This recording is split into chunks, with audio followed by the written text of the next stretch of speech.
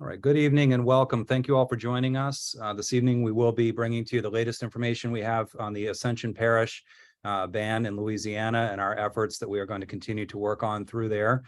We also had an incredible trip to Indonesia, so we will be updating you on that as well. We are joined this evening by Jeffrey Laredo, former director with NIDA, Rhode Island State Representative Brian Patrick Kennedy, and our senior fellow on public policy, Mac Haddo. And I will turn it over to Mac now to begin the meeting. Thanks, Ryan. And let's go ahead and start with a discussion about Ascension Parish, and then we'll go to the Indonesia trip. We track at the American Kratom Association as best we can any of these meetings where the agenda indicates that there will be an issue related to kratom, and we see a lot of them. Because the truth is that the U.S. Food and Drug Administration has determined that the most fertile ground for them to gain traction in their anti-kratom campaign really is in the local communities. And they literally prey upon the fears and stoke the fears of these anti-drug coalition groups who are well-intended, trying their best to keep their communities safe for their kids. And you have the FDA then bringing in their disinformation campaign about kratom in a full-throated way, and they obviously gin people up in order to promote this agenda. And so, as we're able to identify those hotspots, we do our very best to interact with the local officials. And a good example of that is that many of you know that there's a small community down in Florida where the local police department posted some anti-kratom material. And I had a chance to talk with the police chief. He's very interested in learning more. He knew nothing about this issue other than his staff had reported to him that they had done this posting. And the officer that was involved was very proud of his work, but it is just a regurgitation of the anti-kratom messaging that the U.S. Food and Drug Administration is pumping out on a daily basis. All of that is frustrating for all of us because we know that if the FDA were truly following the science, then they would be on board with regulation rather than bans. But yet they persist in their anti-kratom crusade and try to get bans enacted as best they can. It is completely surprising given that the Secretary of HHS, as of March 16th of this year, in his letter to Senator Mike Lee of Utah and Congressman Mark Pocan of Wisconsin, made it very clear that from an HHS perspective, they recognize that the science isn't available for justifying or in any way supporting a ban on kratom. He cited knowledge gaps that had to be closed before they could pursue any kind of scheduling recommendation. And he acknowledged that the previous information that the FDA had been relying upon with respect to the safety profile of kratom was actually implicated by adulterated kratom products and polydrug use. But you don't see any of that discussed, nor does the FDA in any way concede those points when you hear local government officials have these discussions. We engaged with the Ascension Parish government by providing each of the members of the council with a detailed briefing book that we sent to them that showed the current science on kratom. Also included a draft ordinance that they could have adopted had they chosen to do so, that would have protected the citizens of Ascension Parish by preventing adulterated products from getting into the marketplace in that local jurisdiction. That fell, unfortunately, on deaf ears, at least initially. The Ascension Parish has a two-step process for the implementation and enactment of any ordinance. The first is simply a meeting in which they present it and allow for public comment. And it is traditional that the council members themselves do not participate in that discussion.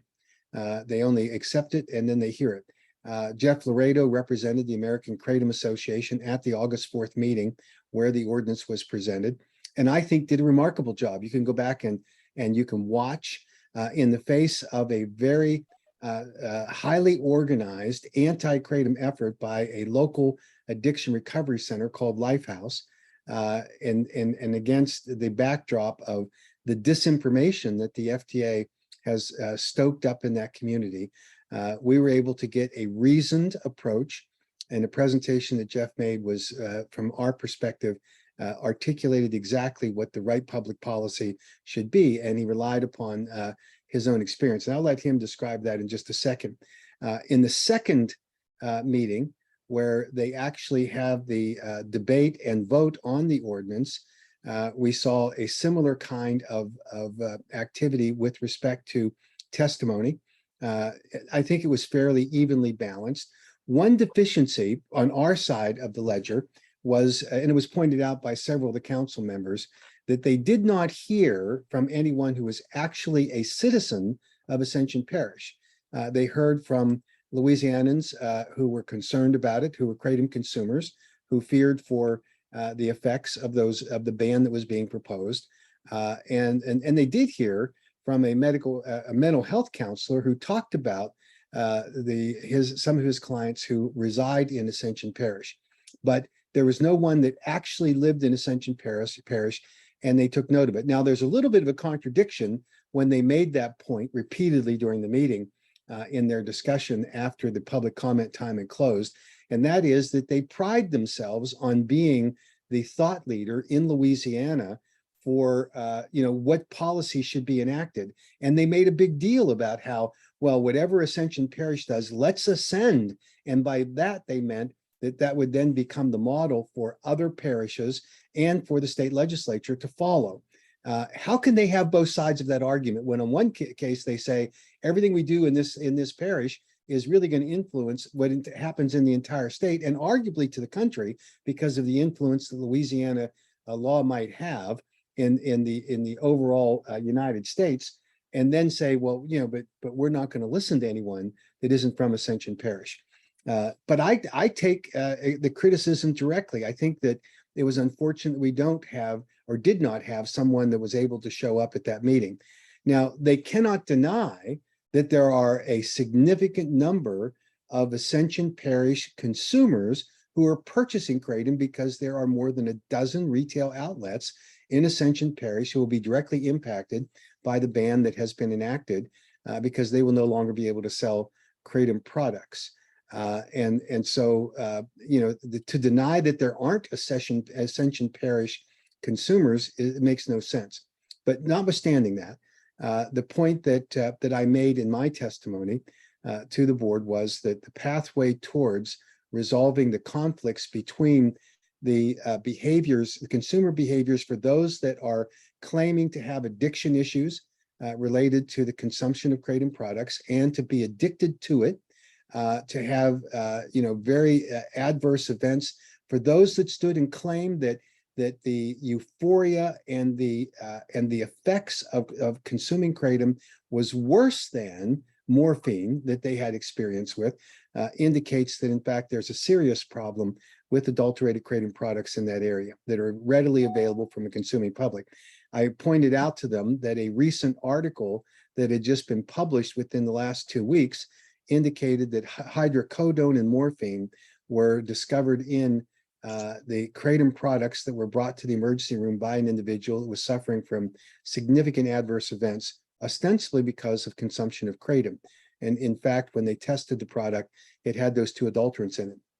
And the truth is that the problem that we have today with adulterated kratom products is that the most prevalent adulterant is fentanyl because it's very cheap. And let's be clear what happens. The vendors who are buying or selling that kind of adulterated product are buying very cheap kratom raw materials, which has very low mitrogeny counts, isn't quality at all.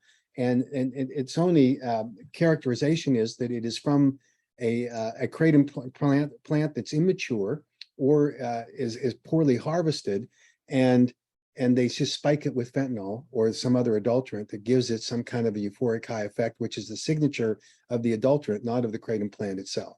But they can buy cheap kratom, spike it with an equally cheap adulterant, and they can compete against the quality kratom manufacturers in the United States who are adhering to good manufacturing standards, who are testing their products for contaminants and for adulterants. And those things incur expenses that add to the retail price for consumers. But if the competition is not following those procedures and not using quality materials and spiking their products, then of course it develops an unfair marketplace. Having said all that, at the end of the day, the discussion that went on with the Ascension Parish Council members was at first encouraging, because the original ordinance that was proposed would have banned not only the sale of kratom products, but also the possession and consumption of kratom by anyone in Ascension Parish, and would have assessed them with a $500 fine and up to a 6-month prison sentence, or both. That is an onerous, antiquated, completely outdated approach to drug policy in the United States, even if it were true what they were saying about kratom and its effects. It just seemed utterly bizarre that they would have that discussion. And so I think there was a sufficient number of the council members who pushed back on that and indicated they would not vote for the ordinance as it was proposed, that led to the original author of the ordinance to withdraw that section of it and only make the sale of kratom illegal in the Ascension Parish. To me, that's a Pyrrhic victory, because obviously when you deprive the legitimate consumers of kratom products access where they could have at least a trust relationship with a local retail outlet, as opposed to going on the internet or trying to find kratom at other outlets, that it didn't make any sense from a public policy perspective. But they did pursue that, and they did pass it unanimously in the end. Now, the good news is that after the meeting took place, a state representative approached me, and she indicated that she believed that the position that we were taking, that in fact the best public policy would be to regulate, not ban, and wanted to see the model legislation, the Kratom Consumer Protection Act, which I sent her later that evening. Also, the deputy sheriff, Touye, who was largely the instigator of this and who had ginned up the local sheriff there on his campaign of anti-kratom, participated in that discussion with the state legislator. And I think he was not only the combination of what he heard in the meeting, which contradicted what was being said by him and by the information he had provided, and by listening to the state legislator. And interestingly, based on a conversation that he had with Dr. Chris McCurdy, he was then persuaded that perhaps there needed to be a better approach to this, and invited me to give him the draft ordinance that they could adopt that would essentially put the regulatory scheme in place that is envisioned and embedded in the Kratom Consumer Protection Act. And he received that today, and he seems sincere in wanting to actually lead in Ascension Parish by getting the right policy.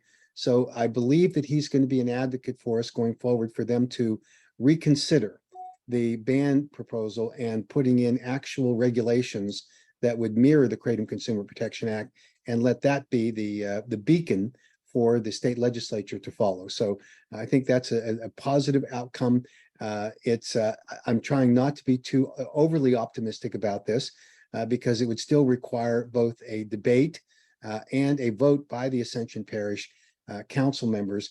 The one very disappointing part of the discussion was that the parish president came out strongly against kratom with what I thought was a fairly thin line of reasoning, just saying, well, if the Lifehouse, which is the addiction recovery center that had motivated their clients to participate in these discussions, all based on the inaccurate premise that kratom produces euphoric highs, that it produces high levels of physical and psychological addiction, and that it is a very dangerous product.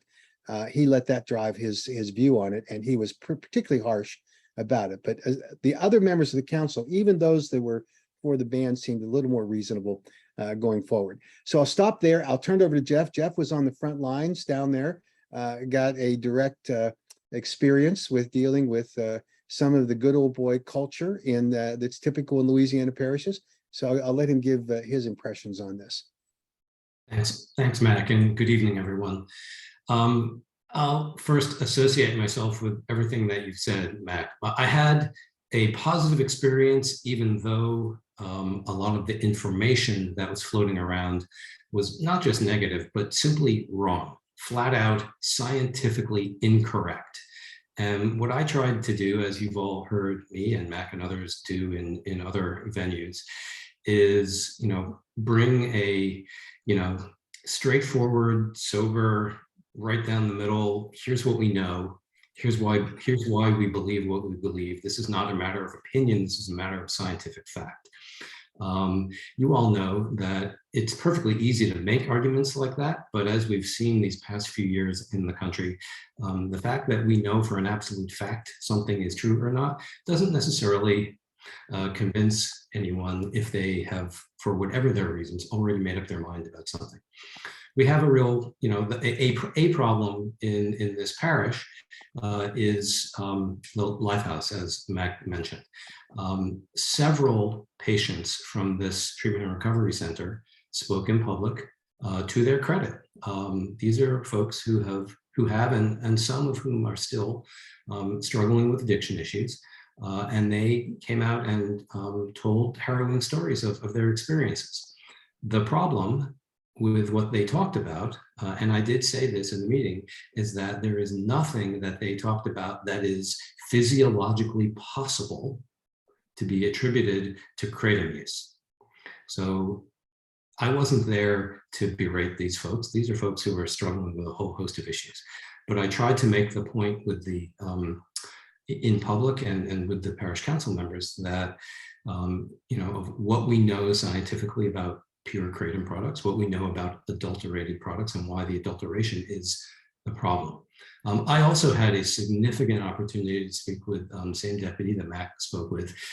In fact, he spent a fair amount of time demonizing me personally and us during that August 4th meeting. And then, as is often the case with local government, after the meeting, came up and introduced himself to me and with a big smile and wanted to spend time chatting with me, which I was glad to do. And we also spent about 45 minutes in the parking lot. And he said a lot of the same things to me, Mac, that he said to you. So I'll also be cautiously optimistic that he's a man of his word. And we have a lot of information that we've already shared with him, of course, and there will be more. He's a law enforcement official. I understand his job. I respectfully try to remind him that since he is a law enforcement official, let's leave health issues to health officials. That's a line of discussion we have when we talk about the DEA and others as well. But this parish and others are dealing with significant opioid and other addiction issues, and we are caught up in that discussion, rightly or not. And we can be frustrated as we'd like to be about that, but we are in that discussion, as you all know. And what we have on our side is science and truth, and what we cannot and should not do is be attacking these individuals and families who are struggling with addiction issues. And we certainly shouldn't be attacking law enforcement because that's just going to, regardless of all of our opinions, that has never been a public policy approach that has succeeded. Working against what other people are working for is one thing, but really being harsh and going on the attack, it has not been an avenue for success. So my experience in Louisiana, except for the weather, I am no longer used to hot and humid. For you Washington, D.C. guys, there is a reason I moved to California. And it was a August Louisiana night, and the substance was something that we're going to have to continue to deal with. So I'll stop there. Good. Well, thank you. And just one final comment that I would make about this. One of the driving factors in the discussion really surrounded the Kratom Danger Group, which spews their disinformation. They do it with passion because they believe it. I think that whether we like it or not, they have adopted and bastardized the FDA message in such a way to weaponize it against us.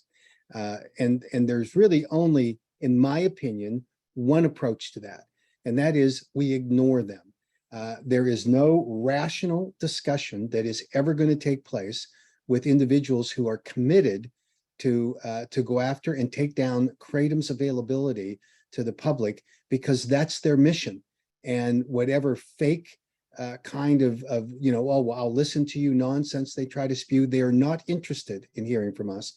And I believe, as frustrating and as enraging as it can be to hear them, to hear their comments, to see how deceitful they are, it does us no good to engage with them, to give them oxygen, to let them continue to go back and forth.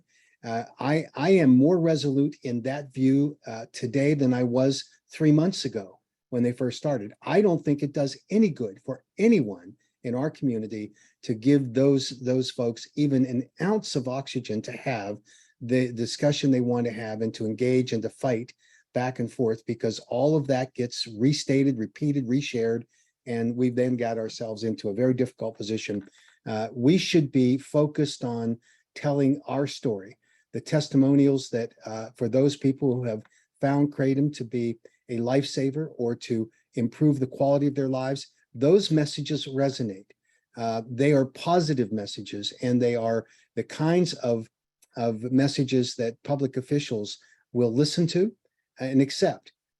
Now, I know that when you have someone who says, "Oh, well, my spouse or my child was a victim of a Kratom overdose," it is easy to go back and argue and say, "Show us the autopsy, show us the tox report.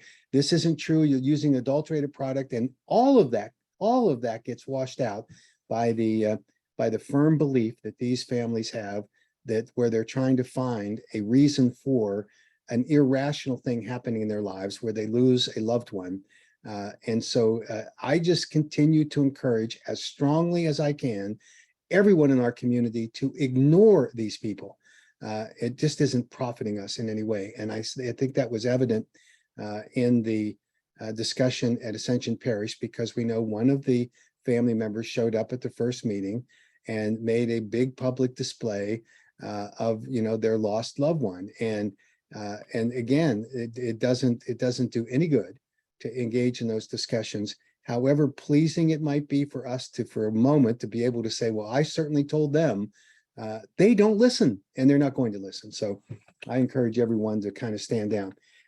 We'll close out this discussion just to tell you that we'll continue to work with the deputy sheriff. We'll continue to work with the council members at the Ascension Parish, and we hope that we can get a reconsideration of the current ban on Kratom products and have it substituted with a more rational public policy where we regulate Kratom and let that be the example that they want the state legislature to follow. We have fought for the last 5 years in Louisiana against the Louisiana Department of Health, where they have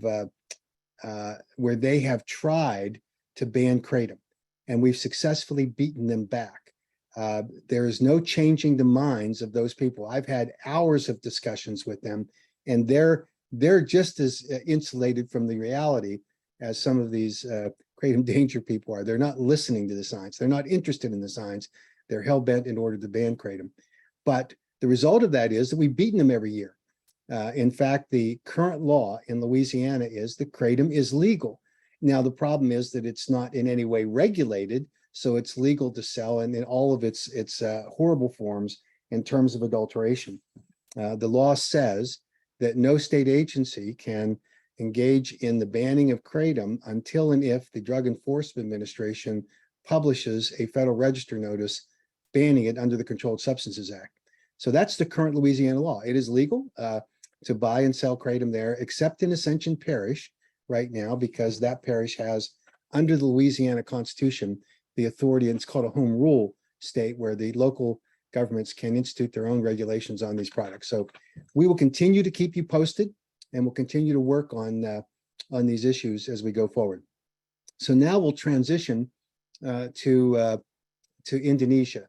And just as a backdrop, the delegation from the American Kratom Association that traveled to Indonesia, and this has been a long-standing kind of effort that we've had, and we've been waiting for 2 years since the pandemic hit in order to go back to Indonesia, have face-to-face discussions with government officials, that we'd engaged in 2 prior trips to Indonesia.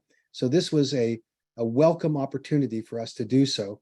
The part of the delegation that was extraordinarily benefited by the presence of Brian Patrick Kennedy, who's joined us on the webinar today, and we're going to let him give his impressions. Representative Kennedy is the President Pro Tem of the Rhode Island House of Representatives. He is the sponsor, one of the primary sponsors of the Kratom Consumer Protection Act in the state of Rhode Island, where it is currently banned under orders of the Department of Health. He is working with us in order to educate the Department of Health on the science behind kratom and how it does not fit the criteria under Rhode Island law for scheduling, despite the previous order that took place in 2017. Rhode Island was the last state in the union to implement a ban of the 6 states that have banned kratom, and we think it should be the first to overturn it now that the science is clear. And we appreciate Representative Kennedy's work with us on that issue. But Representative Kennedy is also the president-elect of the National Conference of State Legislatures, which is an organization that represents the more than 7,000 state legislators around the country. And the National Conference of State Legislators, called NCSL, is a group that we've been working with over the past 4 years as we continue to educate state legislators about the truth about kratom. And we're going to continue to do so and work with them. Senator Kurt Bramble was a part of the delegation. I'm not sure if he's going to be able to join us tonight. I hope he does. But he was there, and as a former president of the NCSL and as a current state senator in the state of Utah, and the author and the sponsor of the original Kratom Consumer Protection Act, the first that was passed, his experience and leverage on those issues was very influential with policymakers in Indonesia. Ryan Burrows attended with us as a part of the delegation as the executive director of the AKA, and he was a welcome addition to our team. I'm not sure that Ryan would agree that it was a profitable experience. We'll let him discuss that in a second. But excuse me, traveling to Indonesia is a hard trip. I mean, it's a 30-hour trip when you count in some of the layovers, and for some of us, it was even longer than that. And it's a hard trip, but we packed in a lot of meetings when we were there.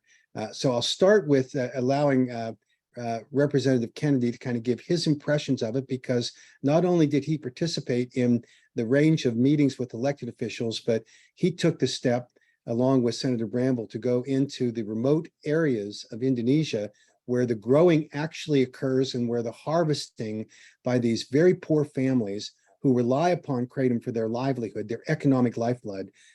He was able to see the experience the discussions with those people and see firsthand how the kratom that we all rely upon was harvested and actually produced for export over there. So Representative Kennedy, I'll turn it over to you for your comments and impressions.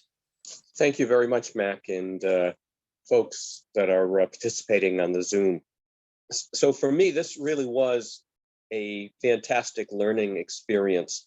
I left on Friday, August the 5th. I actually returned from Denver and the National Conference of State Legislatures annual summit, arriving home on August the 4th. So I was literally back home for less than 24 hours before I was on a flight. And as Max said, it is a grueling journey to get from the state of Rhode Island all the way over to Jakarta, and eventually over to some of the other more remote areas that we visited. Overall, my first impression from the very first meeting we had, which was with the chief of staff to the president, I felt that we're having an impact early on in these particular discussions. And I felt it was a very positive one. The follow-up meeting that we had with one of the commerce ministers also seemed very, very positive.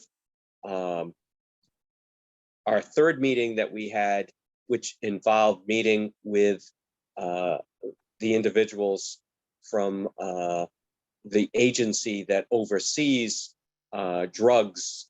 I guess they're more of a law enforcement agency. Brought us, I think, down a little bit in that they seem to be relying so much on what the FDA had previously supplied to them as talking points. And so I think there was a little bit of a disappointment after we met with that specific agency, and the fact that they seem to be trumpeting the fact that they had a hard and fast date in the future in which they had to make a decision on whether to move forward with this or not. After we left Jakarta, we went to Pontianak. Upon arrival there, it was very interesting because we got to take a tour of one of the processing facilities. And that was actually a very good opportunity for us to see it, even though the machines were not operating at that particular moment in time, still gave us great opportunity to have an idea as to what the steps in the process are. We actually met with somebody who was in the laboratory who goes through and checks samples to ensure that there aren't any issues with E. coli or other bacterial issues. Later on that evening, we had a second opportunity to go to another processing facility. That one was actually operating at that time. So we actually got to see the machines working, got to actually see the individuals working those machines, and we got to see it going from the bags to a coarse powder, and eventually to a very, very, almost like a talc type powder, very, very soft feel to it. What's interesting about those two facilities is the fact that the individuals who run those facilities are amongst the different factions from the processing side. And I never realized what a turf war this was going to be until we actually got to see the way those two processing companies and the individuals who represent them interacted with one another throughout the trip. We had other meetings that we held within Pontianak, and then eventually we went to Potasibo. Our initial journey failed. We were up in the air for more than 3.5 hours on a trip to nowhere because of weather issues, and eventually came back to Pontianak after they had to abort the flight. We went the next day. We were able to fly out very early in the morning and get to Potasibo. And eventually, after a very long 3-hour boat ride in a very small 14-foot boat with an outboard motor on it, we journeyed into the rainforest area, where we got to see the next step in this whole process, which involved seeing an entire village and how they work together, from picking the leaves on the kratom plants.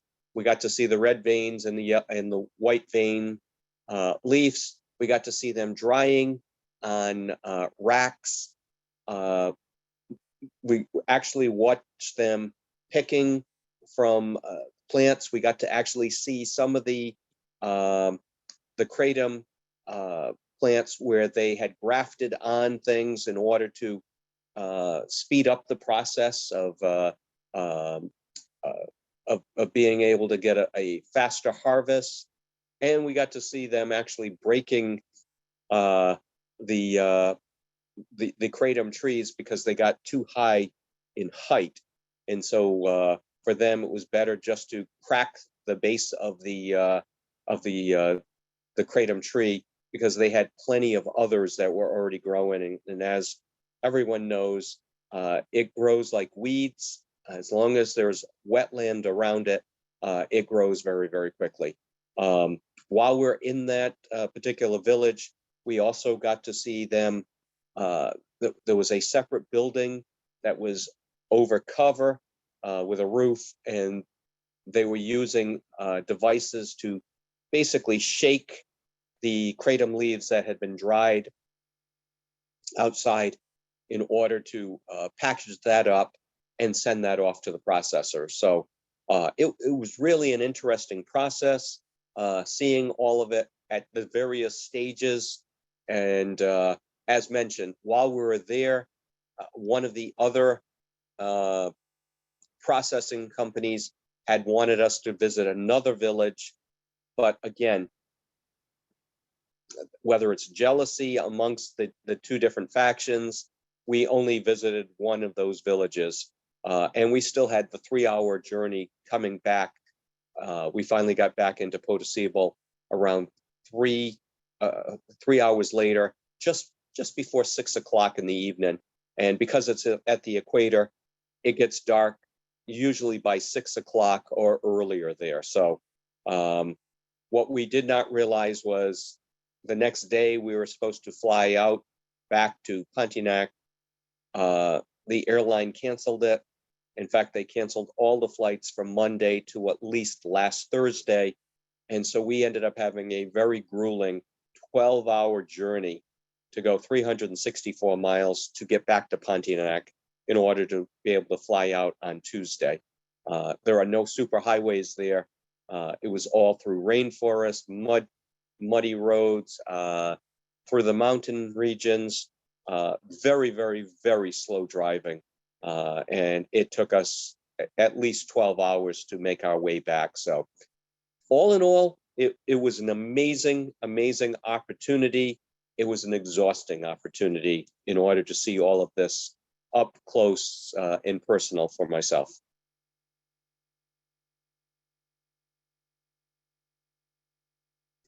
Sorry, Representative Kennedy, thank you. That was an amazing account of that experience that you had. For those that are familiar with Hawaii, there's a road to Hana that is described in Hawaii that is sort of a remote section of the island of Maui. And they actually make T-shirts that say, "I survived the road to Hana." And I think maybe we need to have a T-shirt made up for you that I survived the road to Portosíbo, because it is by your description, a far more grueling trip than the road to Hana ever would be. So thank you for sharing that experience. And I think highlighting some of the important things that we did there in Indonesia.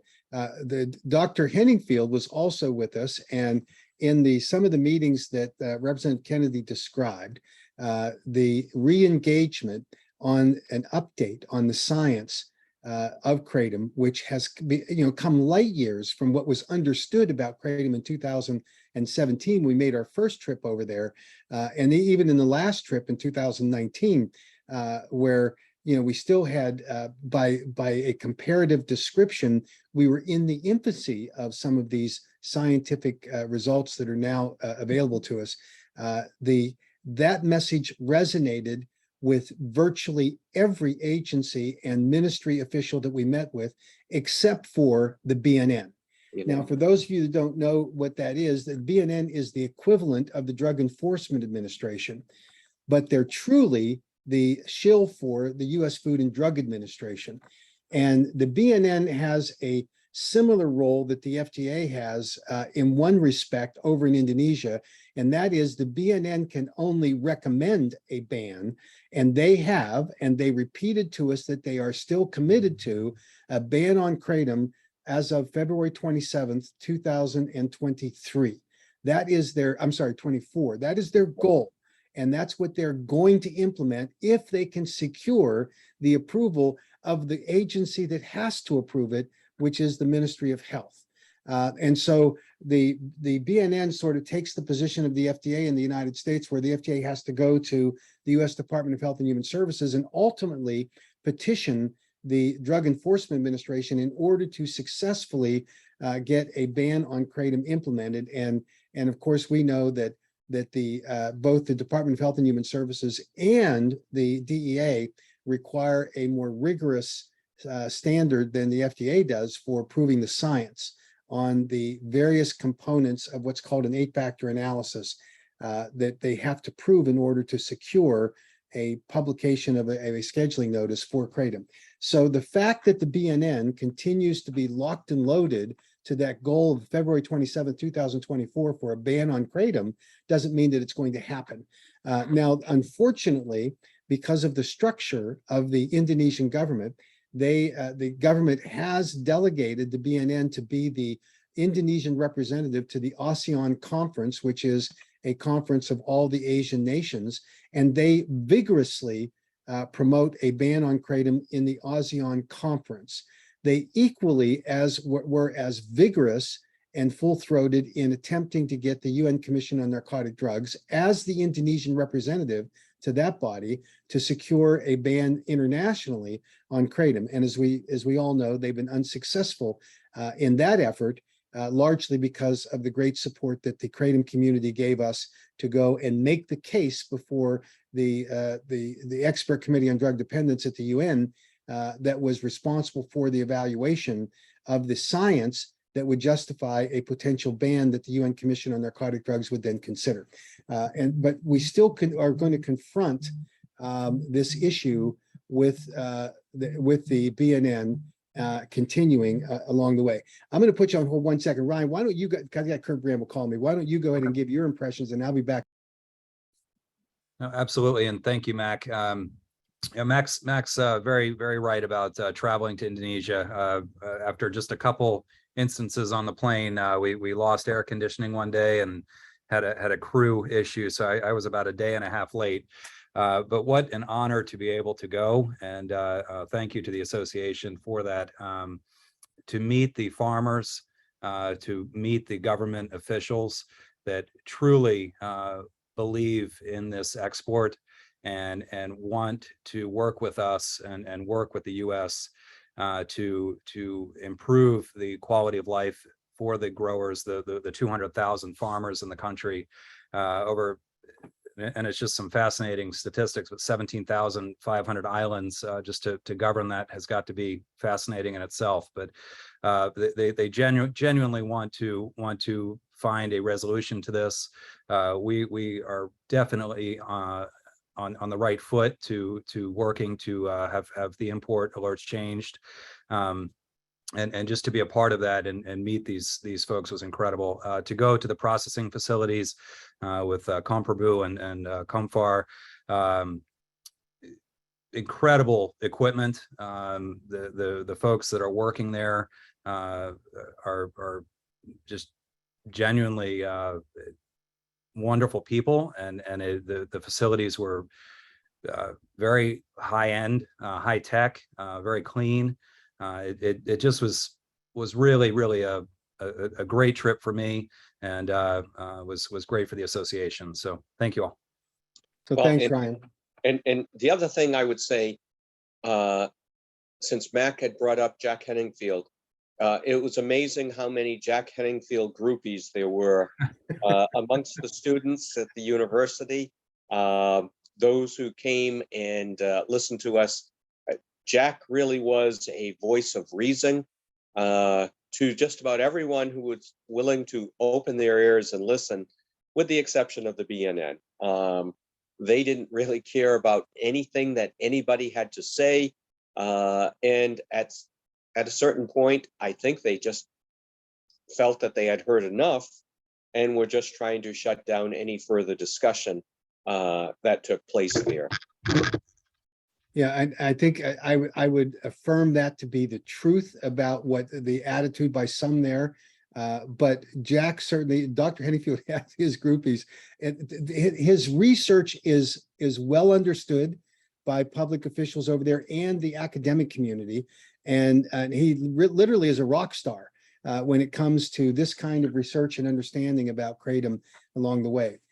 One of the extraordinary things that we had the opportunity to do, and I think that this was groundwork that was laid in the 2 previous trips that we had to Indonesia, is that this time we had the opportunity to meet with the president's chief of staff. Now think about this and how extraordinary that is when you compare it to the experience that we have here in the United States, where we have for the past 5 years, almost 6 years now, been trying to get a meeting with the U.S. Food and Drug Administration. And we have been unable to do that. They refuse to meet with us. And yet here in Indonesia, we had the opportunity to go to the equivalent of the White House and meet with the president's chief of staff. And he had convened a group of officials in the Indonesian government in the various ministries that are impacted, including BPOM, which is the Indonesian FDA, to hear this discussion about kratom and to listen to the appeal that we were making about how kratom needs to, in order for it to be properly treated in the United States, needs the petition from the Indonesian government, working with the American Kratom Association to petition the FDA to remove the import alert, which is the biggest single disruptive policy that gets in the way of good commerce between Indonesia and the United States, and it perversely encourages adulteration and the black market of kratom, of poor quality kratom in the United States. And at the conclusion of the meeting with Chief of Staff Muldoko, he was convinced that it was appropriate to take those steps. We were thrilled to hear his commitment that he would convene a meeting of all the stakeholders, which includes the BNN, in order to come to a consensus position of the Indonesian government with respect to whether it will be banned, kratom will be banned, as has been advocated for by the BNN. And we're encouraged that the science that the Ministry of Health has conducted will not support that going forward. And with the information that Dr. Henningfield is sharing with them, we know that that the science won't support it. And as we stood for pictures after the meeting, Chief of Staff Muldoko made the commitment to me that he was going to identify the ministry that would be the partner with the AK to make the petition to the Food and Drug Administration to remove the import alert. Now, that's an important technical issue because the way that the FDA has bastardized the import alert system, where they were empowered by statute to be able to slap an import alert on any specific vendor that was engaging in commerce of an adulterated or a contaminated product, that they could put the import alert on that vendor. But what the FDA has done is they've banned all kratom products, all kratom raw materials, for which there is no specific vendor who could then make an appeal to get removed from the import alert. So it is critical for the Indonesian government to be the applicant to these particular to the FDA for petitioning from the import alert. He made that commitment to do so. It's obviously conditioned on some things happening there in terms of seeing the science and seeing the method to do it. We had a terrific meeting with the U.S. Embassy staff because obviously there are eclipsing issues that overarch the FDA's concerns with respect to the U.S. foreign policy with Indonesia and the trade, balance of trade, and other very complex Indo-Pacific issues where we're trying to push back against the influence of the Chinese in the Indonesian government, and we want to have a more robust trading relationship with China, with Indonesia, and then very importantly, the impact that the ban would have if it were implemented by the BNN in Indonesia on the climate impact globally, because you have in Indonesia, where kratom grows, one of the most significant carbon deposits in the rainforest area that would be decimated by any deforestation activity that would have to occur in order to replace some sort of an economic benefit for those kratom farmers with palm oil plants or similar kinds of products that would have to require the removal of all the kratom trees, or a vast majority of them. And so they're very interested in assessing those kinds of impacts. And I think that the embassy is going to be an advocate for us in working with Chief of Staff Muldoko's office in order to promote this. We also had the terrific opportunity to meet with the Ministry of Cooperation, the Small and Medium Enterprises, the minister of which is a former chief of staff to the president, who remains very close to the president and who is committed to helping us both with the application to the the FTA for the removal of the import alert and cooperating with Chief of Staff Moldoko, but also made the commitment that his ministry has resources that would help to bring some of the needed technology into the remote growing regions so that there would be potable water that could be used for the cleaning of the kratom leaves and for some of the equipment that's necessary in order to get the kratom crumbs into a position for them to be processed into the fine powder that Representative Kennedy described earlier. Those commitments and that kind of understanding of the kratom issue today that we didn't see 3 years ago or 4 years ago when we made our first trip over there is extremely encouraging, because now we're getting an understanding of how important kratom is from an economic perspective to the lives of now 200,000 poor, economically deprived families that rely upon kratom for their principal source of income in Indonesia. So these are the kinds of things that the education of the Indonesian officials has been facilitated by these direct face-to-face meetings that we were able to have, and the groundwork that we laid in the past trips over there is now yielding tremendous benefits to us as we evaluate the policy issues on this. So we're encouraged again that we're making great strides. As Chief of Staff Moldoko said that he wanted to wrap this up, meaning that he wanted to conclude the identification of the ministry that would make the application to the Food and Drug Administration to remove the import alert by the end of this year. And hopefully that will happen. We're going to help facilitate that, and we will partner with the Indonesian government in making that application to the FTA by showing that there is a commitment to the standards that would eliminate or reduce the risk substantially of contamination with Salmonella, E. coli, and heavy metals of kratom raw materials originating in Indonesia and submitted for the export pipeline, so that we would have testing procedures available in Indonesia to verify that they were free of contaminants and that they met the FDA standards. And then we would test again in the United States. Now, it is important for everyone to understand what that means. If this happens, and it is critically important to the maturity of this industry and for consumers to benefit from it, for these changes to take place, it would then overlay on top of what happens now a set of regulations, which means that there would be increased cost and the government would be entitled to assess tariffs on a legitimate commodity export out of Indonesia, which will also increase costs. That means that the end consumer in the United States would be subjected to a higher price for approved kratom raw materials that are used to process into finished goods here in the United States. That will open up the black market, which currently exists, where you get Indonesian farmers selling on social media platforms directly to consumers and bypassing all of these regulations and all these forms. And I can tell you that you are at risk for contamination for the products that you consume, but worse, from a public policy standpoint, you put all of us at risk, because the next time that the FDA is able to identify a salmonella outbreak that's associated with kratom, because it doesn't go through the proper procedures in order to assure that there are no contaminants in the raw materials, the FDA will use that to punish every kratom consumer in America. They will use that to continue their campaign against kratom, and that's why it's so essential that we simply have to fight back against that kind of a marketplace. However, it may undermine the cheap kratom that's available to consumers today. I mean, that's a big challenge for us.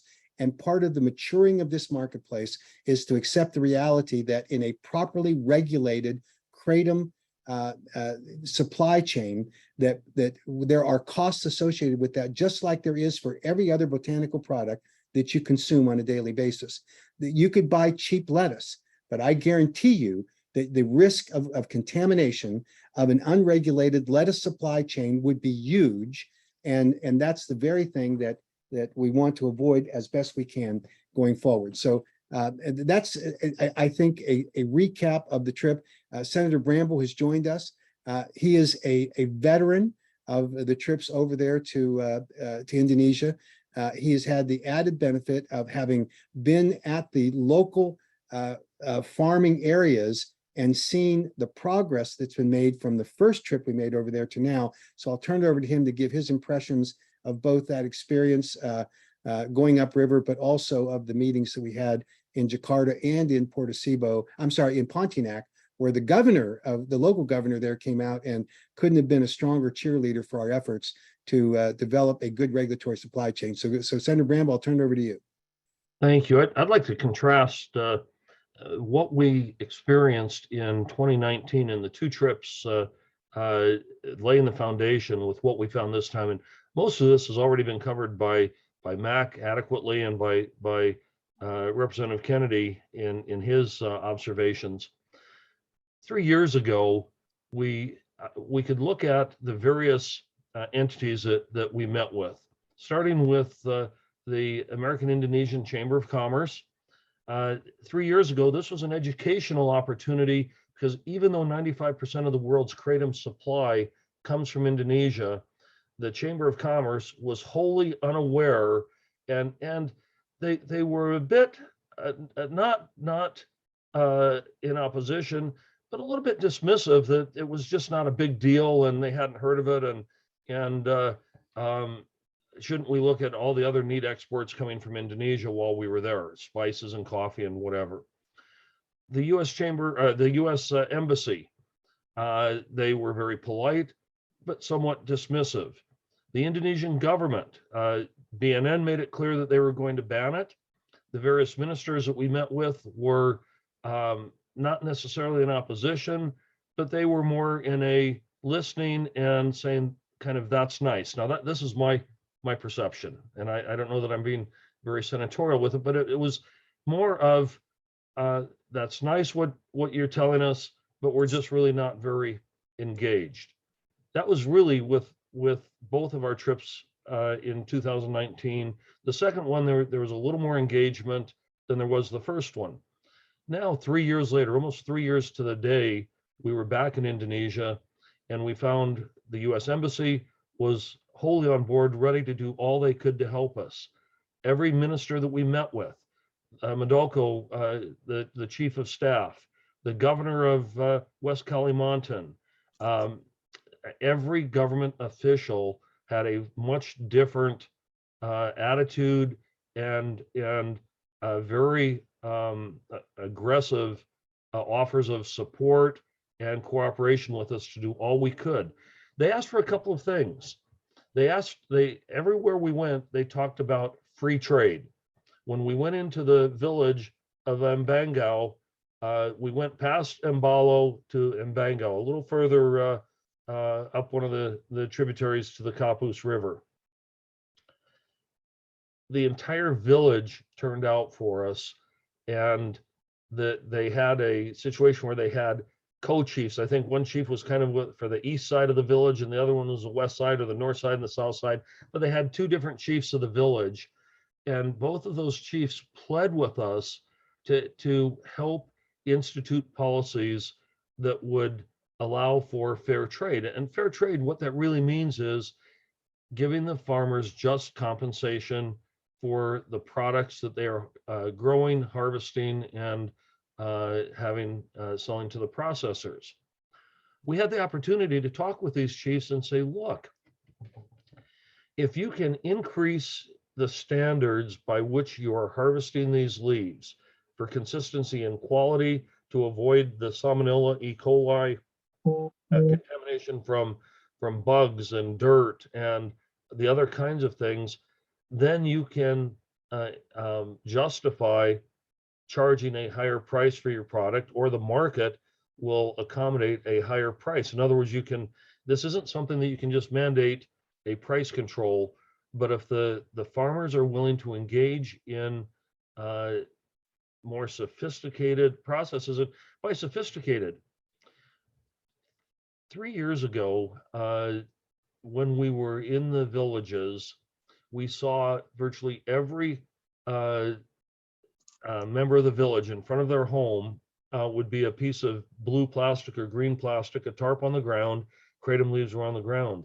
This time in Mbangao, we saw, instead of drying on the ground, we saw that they had elevated drying racks about 3 feet off the ground, about 3 feet wide, and hundreds of feet long, or maybe hundreds of yards long. Brian, you saw that. Yep. Those drying racks were as far as you could see going down these jungle paths, all elevated.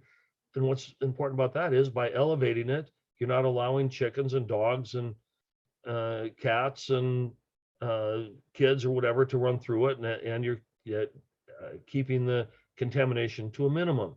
Well, there's other things that they are willing to do.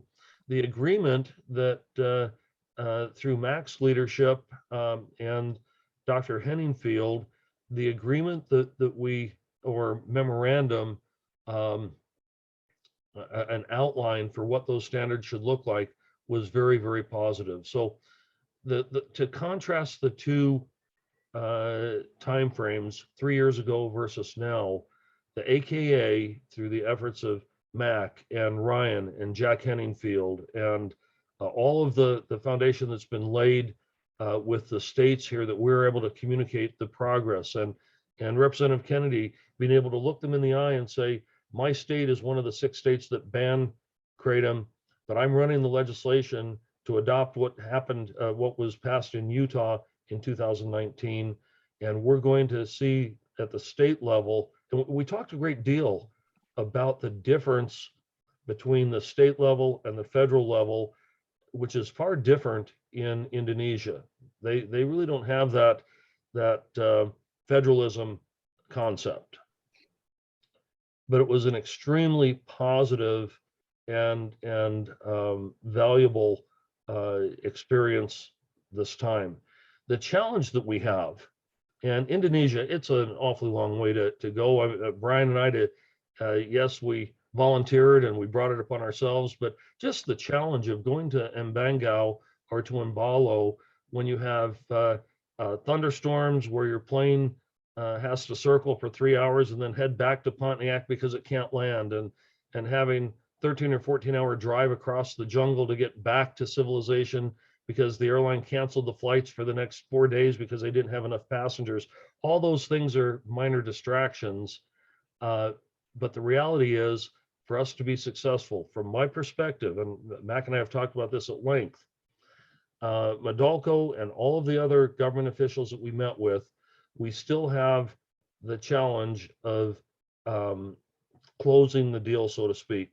There's been a lot of pressure from BNN. When we met with BNN, their entire presentation was how they were going to ban kratom and how they were going to find alternatives. We talked to them about how in the world are you going to eradicate these trees? When you go down the river, you see literally miles and miles and miles of native kratom trees growing along the banks. When you go into the jungle, you see it growing everywhere. And for them to say that they will eradicate the kratom tree seems to me to be an extraordinarily difficult proposition, not based in practical reality. We need to continue to press the issue, whether it is in November, December, the AKA, we need to continue pushing the issue with Indonesia. We're making progress. We've got momentum. We have inertia, but we need to stay on the field of play and make certain we get this done. So thank you, Mac. Yeah, thank you, Senator Bramble. And that's obviously a very important thing. Representative Kennedy. Yeah, and I was going to say, one of the things that I think came through, particularly when it was brought to his attention, the president's chief of staff, as well as the commerce minister that we actually met with later on, and we ended up sitting around a table with him and had lunch with him after Senator Bramble served us each our plate, was the fact that Thailand is moving quickly in order to try to get into this sphere of activity. And right now, Indonesia, having 90 to 95% of the market, doesn't want to give up that market share. And certainly with Thailand looking to step into this particular marketplace, I think it became abundantly clear to all of us that the Indonesian minister, as well as the chief of staff to the president, wanted to make sure that we can address things quickly, but at the same time in a safe manner, in order to ensure that Indonesia continues to be the major player in this market. Mac, I might mention one other thing. You touched on it, and that is there has to be some process for us to be successful here in the United States with our regulatory structure, which should be a light touch on the industry, making certain that the products are consistently pure and properly labeled, and you do that through testing and such. The challenge is, as Mac pointed out, there's 200,000 farmers. It would be fairly easy to circumvent any type of regulatory structure or GMP standards or whatever. But if we don't have a certification process, we will likely lose the battle with the FDA here in the US. And that means if we don't have something in Indonesia, well, the challenge with that is there are factions in Indonesia that are trying to literally control the market and be a choke point, saying, unless it comes from us, it can't be sold. Unless it comes from us, it can't be exported. Instead of having that type of a process, what we've been discussing heavily with the Indonesian government is a standardized set of a set of standards, a standardized processing system that any farmer, if they adopt it and can be inspected or whatever, that they have a certification process so that you have a broad supply chain that is willing to meet certain standards. Because then when those products come into the US, having met the certification coming from whatever co-op or whatever farmer in Indonesia, that'll be a consistent standard when it comes into the US. And then we're pushing for the consistent standards in the US with the Kratom Consumer Protection Act. And I think that's a far better model than any of the other models that had been talked about or that they're trying to push. So again, thanks, Mac. Yeah, thank you, Senator Bramble. I think that what we've heard in this webinar is a tale of two cities, both with their challenges. You have the local governments in the United States, like Ascension Parish, who are being influenced by the disinformation campaign that was launched and has filled the pipeline of information from the US FDA. And then you go across the ocean to Indonesia, and you see equally daunting challenges in order to correct the disinformation that is being pumped out by the BNN, largely a derivative of the FDA's disinformation campaign. And here we find ourselves being the proverbial soldiers that are trying to fight for truth. And we truly have the truth on our side. The scientific documentation that's available today, which proves, importantly, not just that it shouldn't be scheduled, but the benefits, the health benefits that are available to Kratom consumers needs to be protected in that marketplace. And that protection comes not only with a good regulatory scheme to make sure that the Kratom raw materials are free from contaminants, and also to make sure that unscrupulous vendors can't spike it with adulterants that make the product and render it dangerous to consumers, but also our own consumer behaviors that, as we referenced earlier, are about consumers that want to find the cheapest Kratom possible. And that is always going to be available by people that will bypass the regulatory structures in order to not have to invest in the equipment that's necessary to safely produce a Kratom raw material, to safely transport it, and to safely have it manufactured into a finished product, all of which at each step of that process require that there are not only food grade quality equipment standards are in place, but also good manufacturing standards that requires documentation, proper training of the employees, and proper equipment and protective gear on those individuals that are working directly with those products to produce those safe Kratom products at the end of the day. And if we're not willing as a Kratom consumer group to accept the responsibility that comes with ensuring that those regulatory processes are respected and that they're followed, then this will be the end of Kratom's availability in the United States, because if we fail to protect ourselves by adopting these standards and supporting them financially, the FDA will exploit that weakness and they'll shut us down. And all you have left at the end of the day is a complete black market with unsafe kratom products being distributed. And that's not the environment that we want to be in any way. And I guess we could close with how important all of this is to the proposed Kratom Consumer Protection Act at the federal level, which we have been negotiating now for the past 2 years. And we are close to getting a final bill that will be introduced. We're hopeful in mid-September that will require the FDA to adopt standards specific to kratom to be marketed and available to consumers as a food ingredient, free from the restrictions that they have imposed on the new dietary ingredient notification process, which we know has been the chokehold that the FDA has had over kratom products being approved in the United States. And we will use science to back that up. This has been a laborious, painstaking process that's required a lot of checking the boxes that we didn't think we should have to go through, but we've had to, because the FDA is diligently throwing up roadblocks with every member of Congress that we've talked to, where they continue to spread their disinformation. But the good news is we are winning in the same way that we won in the states where they tried to fight us. We're winning at the federal level as well. And we're very hopeful that within the next 30 to 45 days, you're going to see the Federal Kratom Consumer Protection Act filed and available for discussion. And it will be the catalyst for discussions that the FDA will have to come to the table and have with staffers and members of Congress on Capitol Hill, with free from the disinformation campaign that they've been peddling for so long.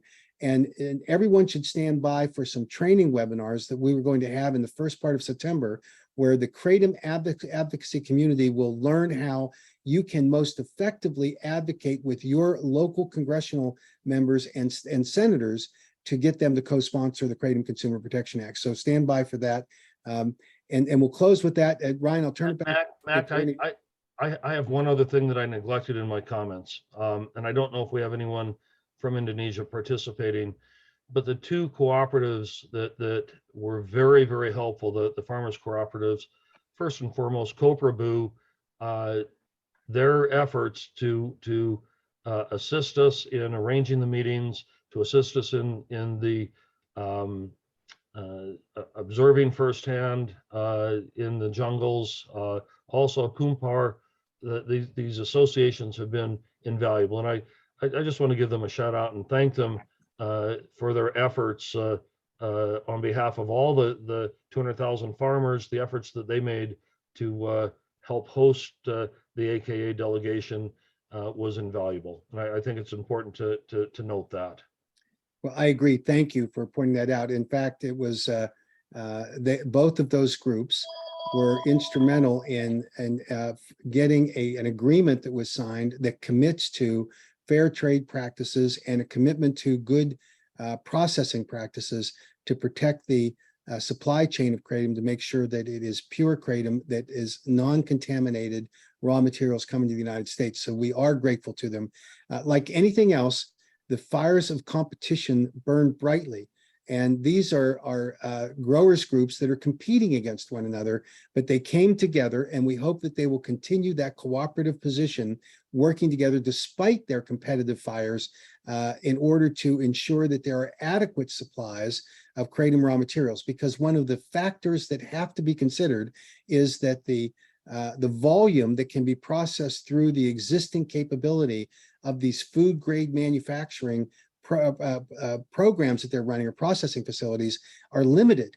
And unless they're all working together at full stream, we're going to have a shortage of supplies of safe kratom raw materials in the United States. So it's perfectly appropriate to recognize both Koprabu and Kumfar, the two major growing groups there. And we're hopeful there's another group that has sort of stood off from this, will join this effort as well, because it's important from a capacity issue for us to get as much kratom raw material into the United States as possible that has been properly processed and tested for contaminants going forward. So with that, I'll turn it back to Ryan. And Ryan, you can open up for any questions if there are any. I think we've sort of tracked them as we've gone along here, But if you got any additional questions or comments, we're welcome to stand for those questions. Thank you. That's great. Yes, the Q&A is open, and we do have, I believe we've answered almost everything, but we do have, when is the federal KCPA being introduced? Well, I think I just mentioned that we're hopeful in the next 30 to 45 days that we'll see the bill introduced. Now, as a practical matter, we have only a couple of months left in the current legislative session of this session of Congress.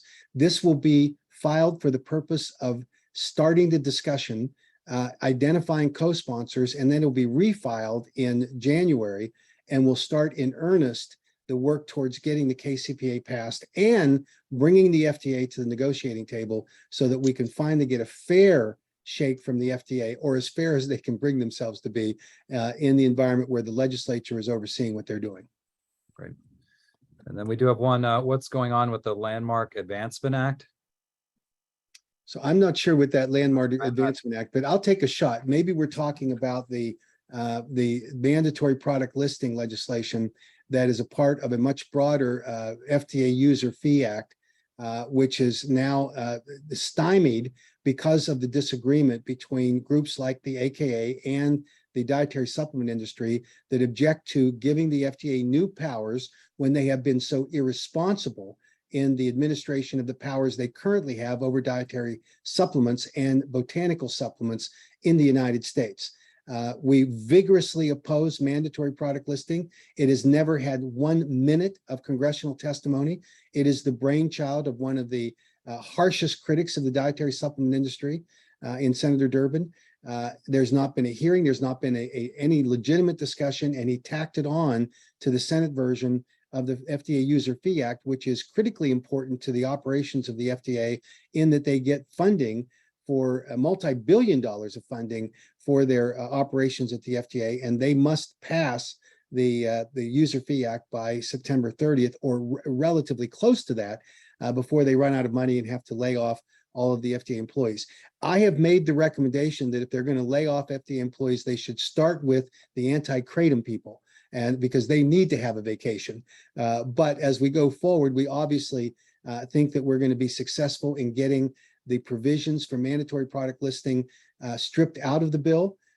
We're relatively confident of that. There may be, there's still an effort that Senator Durbin, from his position as the majority leader in the Senate, he has considerable power, so he may be able to ram something through. But right now, we think we have sufficient effort and on the House side, which is not willing to accede to that.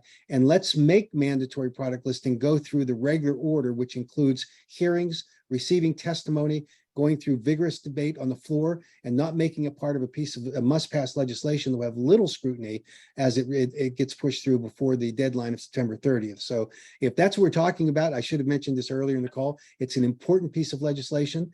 I'm hopeful that we're going to be successful. We're working hard on it. We've got our lobbying teams working hard on it at the federal level. So we'll see how that one plays out, but I'm relatively confident that we're making great progress there. Mac, that is the reauthorization of Section 505U. It's the Senate Bill 4348, exactly what you were talking about. Just want to clarify that. Okay, good. All right, and a great comment from Troy. I don't have a question, but I wanted to thank Mac for coming down to Louisiana. I enjoyed meeting him, and I'm blown away at his knowledge and ability to communicate with the officials in Louisiana. Thank you, Mac. So that's probably a paid political announcement, right? I must have paid him off. I met Troy. He's a great advocate. This is one of the benefits that I have in traveling around so much, is to meet people that are real live kratom consumers. We talk theoretically all of the time. We talk about policy, but when you talk about the impact that kratom has in the lives of people, where it's improved the quality of their life or saved their lives, people like Troy are fabulous. And it was an honor for me to meet him even at Ascension Parish, which the circumstance of which that brought us together weren't all that pleasant, but it was certainly great to be able to meet him and have that conversation. And he's a fellow Pittsburgh Steelers fan, and so I'm grateful for that as well. All right, and was there any lab testing performed with some kratom samples from Louisiana vendors to provide proof of alterations to kratom sold in store? So none yet. I have made the commitment that at the Life House, the Addiction Recovery Center, that if they can identify and give me samples of the products that they believe are leading to the behaviors of their clients that would be indicative of their being under the influence of a controlled substance, that we would have them tested. They've not taken us up on that offer yet, but I'm hopeful that we can identify where these products are being sold right now. And if they are being sold in Ascension Parish, that we're able to specifically remove them. I cannot emphasize enough how important it is for the willingness of Deputy Sheriff Touye to engage in a discussion where he now appears to be willing to promote the Kratom Consumer Protection Act in an ordinance in the Ascension Parish.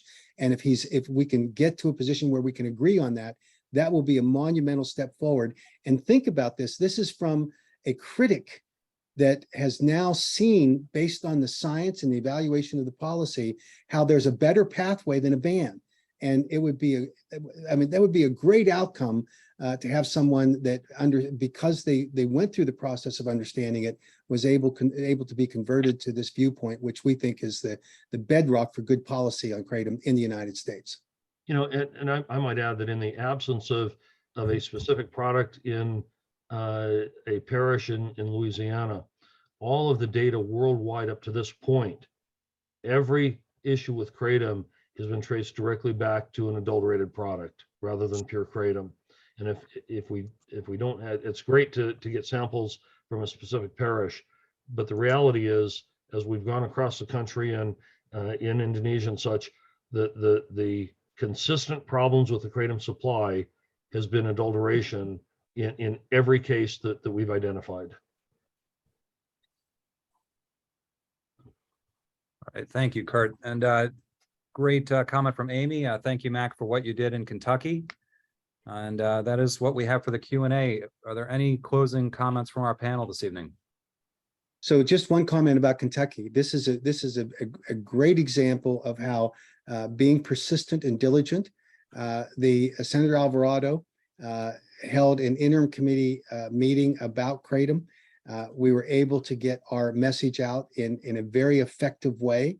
Representative Callaway, who is formerly the legislator who had proposed a ban on kratom, now advocates strongly for the Kratom Consumer Protection Act, testified. We had a doctoral candidate, now a PhD from the University of Louisville, who testified, and her doctoral thesis was about the impacts of bans on the states where kratom was banned. And she found that in every state, with the exception of Rhode Island, with one caveat, where she evaluated the impact of a ban it had on overdose deaths, that there was zero impact of those bans. And the only reason she excluded Rhode Island is that because it was the most recent state to enact a ban, there wasn't a sufficient sample size to evaluate from the methodology that they used to qualify as being statistically significant. But she said the raw data showed that there was no impact whatever of that ban and trying to stop the opioid overdose epidemic, which is the justification for many of those bans that the FDA promotes. And so the Kentucky is a state where we're going to work hard. The single opponent was an addiction recovery doctor who testified and restated the inaccurate and false, and I emphasize false, information on the public record about kratom and his outrageous claims. And after the hearing was over, as he walked out, he confided in to Representative Callaway that he wished he had read the Kratom Consumer Protection Act, because he probably could support it and as the alternative to a ban. And he then said he was willing to have a discussion, and if the scientific evidence that I had referenced during the hearing were accurate, and I trust me, it is, because it came right from Dr. Jack Henningfield and his research, then he would be willing to sit down and have a discussion. And if it were true, he would advocate with us for the Kratom Consumer Protection Act. I'm going to be in Kentucky in a week and a half, and I intend to schedule that follow-up meeting with him. And we're going to get him with Dr. Henningfield, and hopefully he will be on our witness list supporting the KCPA when the legislature reconvenes in January. Mac, I want to thank you for being senatorial. The real reason that they didn't recognize Rhode Island is they didn't have a powerful enough microscope. They couldn't determine the the boundaries between Rhode Island and Connecticut, and so there just wasn't empirical evidence that something actually came from Rhode Island. Okay, and I know you didn't want to say that publicly. I understand that. I'm going to leave it at that. I don't know what to say. And other than to say that where there is an outsized disproportionate impact of Rhode Island, Representative Kennedy provides that because he is a listen, voice of reason for Kratom. Representative Kennedy has been an absolute warrior in this case because Rhode Island, their Department of Health has been adamant about this ban, and Brian has been untiring in his pushing back and saying that the standards in Rhode Island need to be the Kratom Consumer Protection Act, will be successful next year, I believe. And he's just been unwavering, and he stands as one who had supported a ban historically and has embraced the science. And that brings forward a point, Mac, that we have, it looks like we have a total participants, at least on my screen, of 34 folks plus the panelists. This is a team effort. We couldn't be doing this without the efforts of the Kratom vendors, the distributors, the folks that are engaged, the clinics that are using Kratom, and in other words, across the spectrum, folks that are involved in the Kratom issue. We couldn't do it without it being a strong team effort, and all hands on deck from all quarters. So Kurt, just to help out too, the Facebook Live group that is not documented in the number likely is in the hundreds of people too watching this as well. So well, that's why I said I didn't know, because all I can see is the participants with Zoom. But right. But this is really a team effort from every quarter, from policymakers like Representative Kennedy and myself, Kratom consumer advocates like the Kratom Consumer, the American Kratom Association, across the board, the folks in Indonesia, Kumpar and Koprabu, and the ministers and the chief of staff, the president. In other words, there's an awful lot of moving parts on this that are all seem to be coming together, but we need to continue the fight. Great, thank you. So Ryan, back to you for the final time. No, that's great. And Kurt, we couldn't end it on a better message from you, but thank you all for attending. Thank you to our panelists, and we will be in touch soon with our next update. Bye-bye all. Thanks, Thank everyone. you.